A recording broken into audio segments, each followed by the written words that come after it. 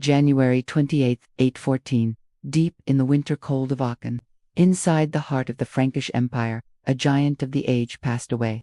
Charlemagne, king of the Franks and emperor of the Romans, died quietly in his bed.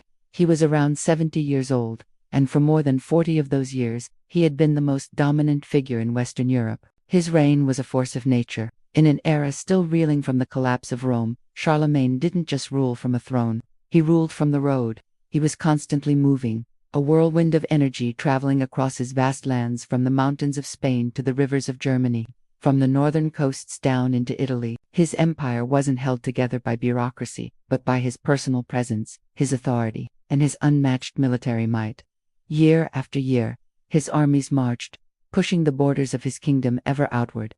The Saxons were brutally subdued after decades of relentless war. The Lombard kingdom in Italy was conquered and absorbed. He created a massive territory, larger than anything seen in the West for centuries. But Charlemagne's power wasn't just about force.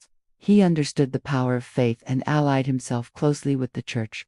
This culminated in one of history's most iconic moments. On Christmas Day, in the year 800, Pope Leo III placed a crown on his head in Rome and declared him Emperor of the Romans. This was a massive statement. It revived the imperial title in the West, signaling a new center of power to rival the Eastern Emperor in Constantinople. Charlemagne also championed a revival of learning, an incredible feat in what many call the Dark Ages. He gathered the brightest minds from all over Europe to his court, sparking what we now call the Carolingian Renaissance. They reformed education, meticulously copied ancient texts, and preserved knowledge that might have otherwise been lost forever. But the great weakness of this empire was that it was, in many ways, just him.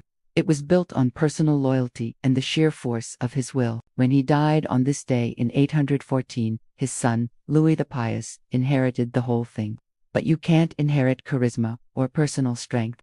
Within a single generation, Charlemagne's grandsons would fight over the empire, splitting it into pieces and setting the stage for the future nations of France and Germany. The unity he had forged through constant motion and sheer will began to fade, yet his legacy was cemented. For 1,000 years, kings and emperors would look back to Charlemagne as the ultimate model of a Christian ruler.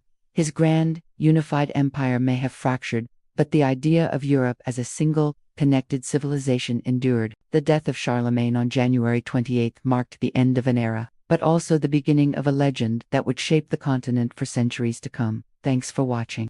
If you enjoyed this glimpse into the past, be sure to like and subscribe for more stories from history. See you next time.